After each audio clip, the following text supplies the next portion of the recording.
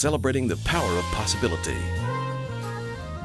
I'm Harold Middlebrook, and I believe anything is possible.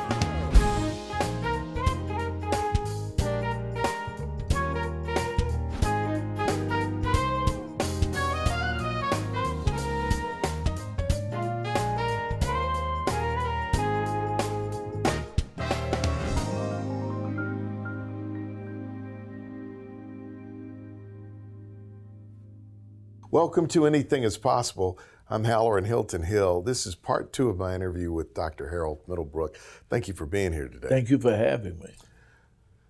You've had quite the career. You were very involved in the civil rights movement, closely connected to the King family. We were talking about sitting in at Rich's department store.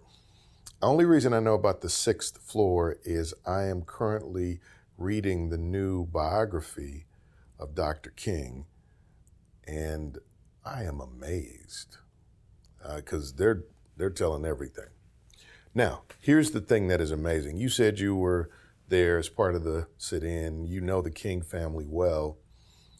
You know what's remarkable to me is how young you guys were. Martin King, Dr. Martin Luther King Jr., was 26 years old. He's 26. The book notes that his career just lasted 13 years. And when I was listening the other day in the car, I kept thinking about you. Because if he's 26, these are cats in their 20s. How old are you? I was only 19 when I got arrested the first time in Atlanta. Wow. Well, no, back up. Yeah. I was really 18. I just turned 18 that July, and I got arrested in Atlanta in October. So, you know, I was joking with people on your staff because the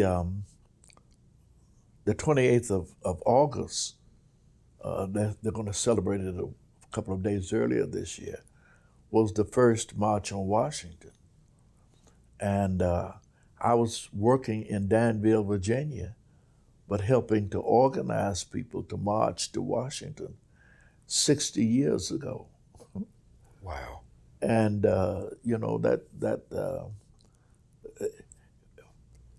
back. Did you feel called to that work, or did you get swept up into that work as a young man? Because you guys were incredibly young.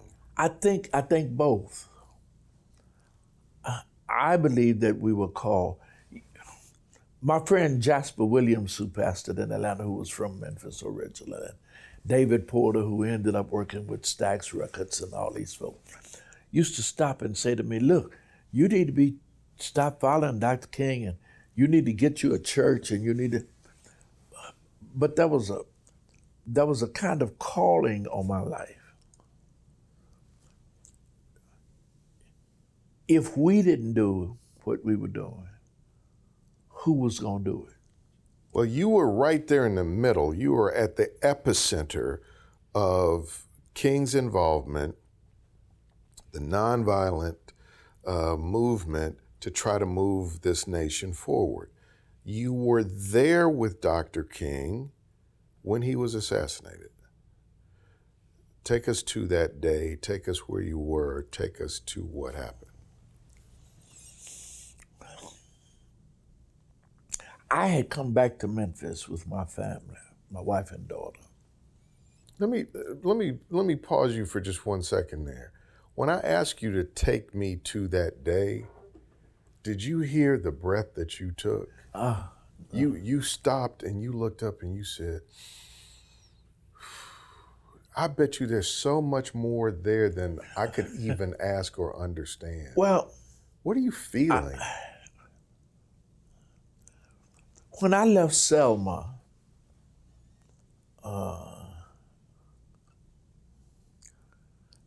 went with him to Chicago for a while.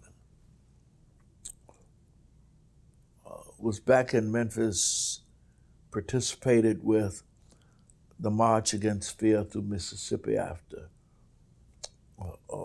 Meredith's shooting and was involved in stuff in Memphis, trying to work, really trying to settle down from all of this, trying to become just a citizen of Potter. And stuff just keeps coming up, just keeps coming up. I had gone to work for the government. And I get a call in February of '68 one morning.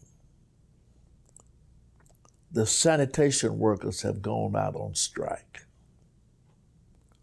We need you to show up at the Firestone Union Hall. And so I'm there really to give encouragement to these 1,500 sanitation workers who've walked off the job, not knowing that this is leading into another whole phase of the movement. And I'm in Memphis at the inception of this phase of it. Possibility powered by Pilot Flying J, Covenant Health, Home Federal, and the Knoxville News Sentinel. Coming up. After the funeral and all in Atlanta, I really went into a kind of state of depression, partly because I had called Daddy King to persuade Martin to come. So is it my fault? We brought in Roy Wilkins, we brought in Bayard Ruster, we brought in everybody who was anybody to speak to the workers, to encourage them. And one night in a meeting we said, you know, the men really need to hear from the leader, the spiritual leader. They need to hear from Martin King. And so Jim Lawson and Jesse Epps and all of them start calling Dr. King. Dr. King says, I can't come. I'm working out of Marks, Mississippi, trying to get ready for the Poor People's Campaign. I called Daddy King and asked him to persuade Martin to come speak one night, one time. And he gets up to speak that night. And while he's speaking, they go to Dr. Abernathy and persuade him that they ought to lead a night march. And Dr. Abernathy gets up behind Dr. King and says, you know, we ought to lead a march down to the jail. Dr. King says, we're unprepared for that tonight. I've got to be in Marks, Mississippi tomorrow morning. We'll come back. I go to the barbershop to get my hair cut and facial and all this stuff, you know. And I'm in the chair, and this woman says, it's snowing snowballs. Well, it had been raining and literally looked like snowballs were falling. So Dr. King he can't get in. He can't get a bus. He can't get a plane. He can't get in it. Can't get into Memphis at all. So now he has to come back. He has to set a date. He comes back. It turns to violence. People have been planted in the march to create a situation when we got to Main Street. So now he has to come back to Memphis, because if he can't lead a nonviolent, peaceful march in Memphis, he can't lead it to Washington, because he's going to lead it from Marks to Washington. So he calls all of the staff in from all over. Something he had never done was to call all of the staff, wherever they were in the nation, and says, whatever project you're in, drop it. Come to Memphis to begin nonviolent teaching and working in Memphis for a major march. On the night of April 3rd, there's a storm, a tornado warning in Memphis. And we go to the mass meeting. there's a huge crowd there. I mean, in the storm, in the tornado warning. And Dr. Abernathy looks at the crowd and says, this ain't my crowd. So we go back out into the foyer. They had pay telephone booths there. We didn't have cell phone. And we called Dr. King and says, you got to come. This is your crowd. He comes in haggard, tired. You could see it in his face. Took Dr. Abernathy 45 minutes to introduce Dr. King. That's crazy. And he says that too often in life, greatness passes us by and we don't pay any attention to it. So he goes on and he goes on and he goes on. Finally, Dr. King gets up and speaks. He talks about when he got stabbed. He talked about, had I sneezed, I would have missed the sit-ins of the 60s. I would have missed Birmingham. I mean, it just goes on. There's a litany. And I would miss the opportunity to be here, to see these gallant men, garbage men, who are changing the nation. And he just goes, and then he talks about, I've been to the mountaintop. And we're sitting there bewildered because he has used every closing that we've ever heard him use. Every closing. And we're sitting there and say, where's he going? And then he goes to the mountaintop. And he sits down and you could see the tears in his eyes. Of course, the next day, Andy is down trying to stop the injunction. We are organizing. We are out trying to educate people and get them ready for the march. And we're going to dinner to Reverend Billy Kyle's house. Jesse is standing on the parking lot. I'm standing on the parking lot. Dr. Abernathy had come out of the room and had a spot on his tie. So they told him it looked bad. He goes back into the room to change ties. Dr. King is talking, sharing with people. Ben Branch, who directed the Breadbasket Band, who was originally from Memphis, comes up. And Jesse says, look who's here, Dr. King. And Dr. King looks and says, Brother Ben, what are you doing here? And he says, the whole band is here. We're going to play for the mass meeting tomorrow night. Dr. King says, I want you to play Precious Lord. And I want you to play it real pretty. And he stands up. And we hear the shot. And we see him go down. And he is no more.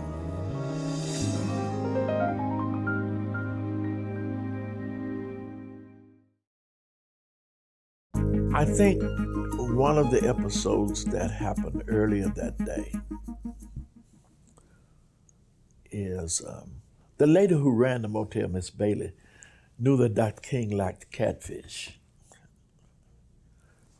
So she had a platter of catfish and French fries and hush puppies sent up to the room. One platter. Dr. Abernathy says, where is mine? And Dr. King says, hush, Raph. And he says to all of us in that room, take something off of this plate.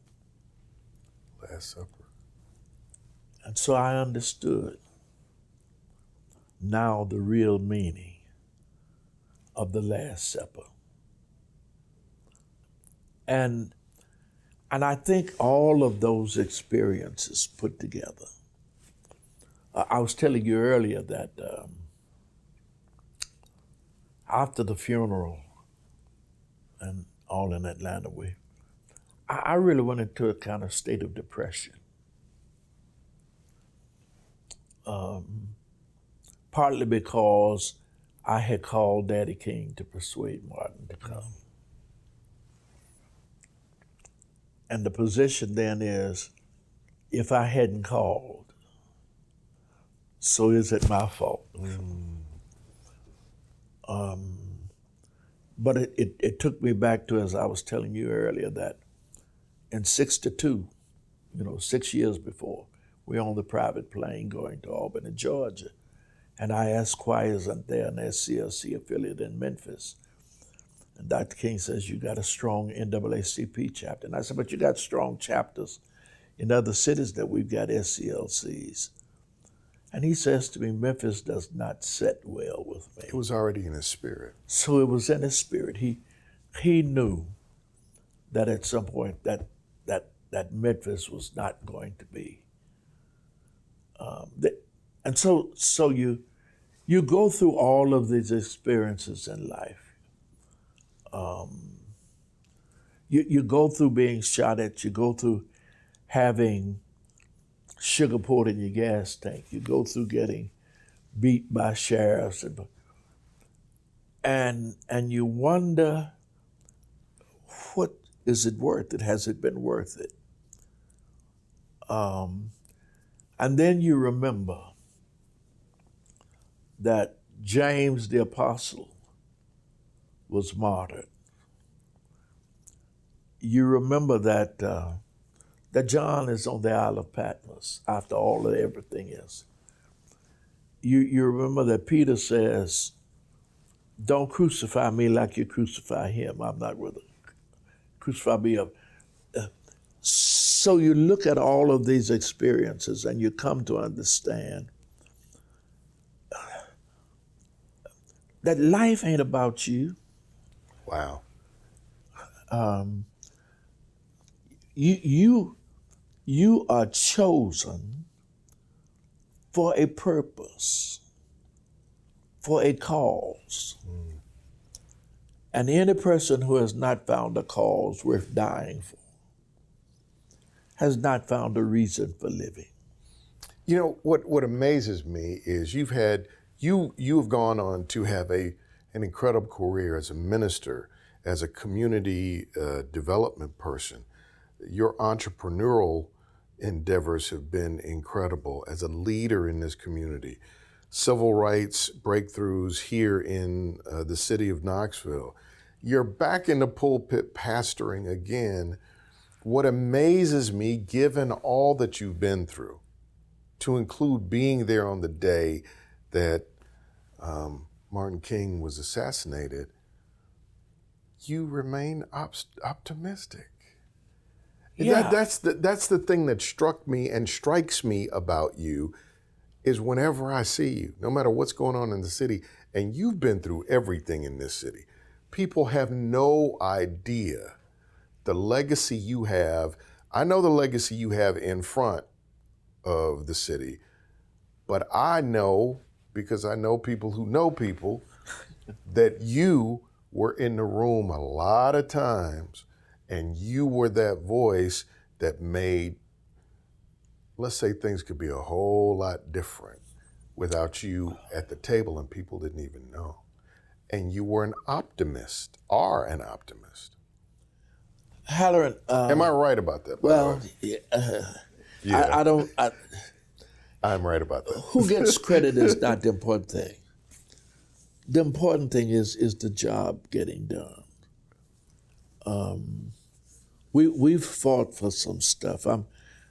I pass by periodically Houston Healthcare, and I tell God thank you. I just literally, because people in East Knoxville had nowhere to go for a nursing service.